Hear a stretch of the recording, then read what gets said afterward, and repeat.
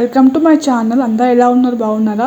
ముందుగా చిక్కుడుకాయలని ఇలా చిన్న చిన్న పీసెస్గా కట్ చేసుకోండి. చిక్కుడుకాయ టమాటాకి ఒక గిన్నెలో వాటర్ పోసి స్టవ్ అంటు పెట్టుకొని అందులో ఒక చిక్కుడుకాయలు వేసుకోండి. ఒక 5 to 10 minutes మూత పెట్టుకోండి. ఆ తర్వాత పచ్చిమిర్చి, టమాటో, ఆనియన్స్ కట్ చేసి పెట్టుకోండి. చిక్కుడుకాయలు తీసి ఉడికేయాలన్నమాట. ఇలా ఉడకాలి మెత్తగా.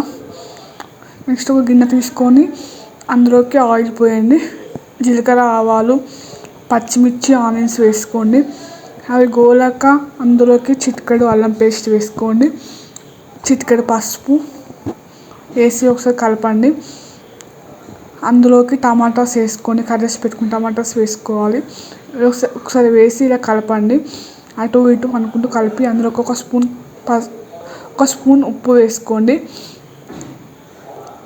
మూత పెట్టుకొని ఒక 5 to 10 minutes తర్వాత మూత తీసి అందులోకి మనం చిక్కుడుకాయలను వేసుకోవాలి. ఉడకబెట్టుకున్న చిక్కుడుకాయలను వేసి ఒకసారి బాగా కలపండి.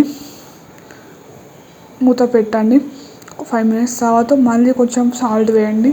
చప్పగా ఉంటే కొంచెం సాల్ట్, ఒక 2 స్పూన్ల కారం వేసి కలపండి. ఒకసారి subscribe to my channel, like, share and comment.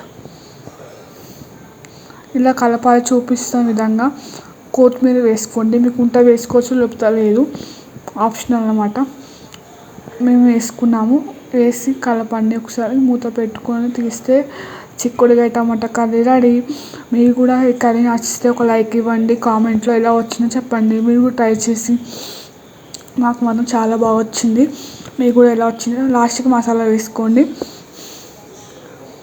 Masala వేసి ఒకసారి కలిపితే కర్రీ రెడీ అయిపోతుంది. ఒక ప్లేట్లో అన్నం తీసుకొని చిక్కుడుకాయ టమాటా వేసుకోవాలి. టేస్ట్ చూస్తున్నాను ఇప్పుడే. ఇలా ఎంత బాగా వచ్చింది కర్రీ. కలుపుకుంటూ తింటే చాలా బాగుంది.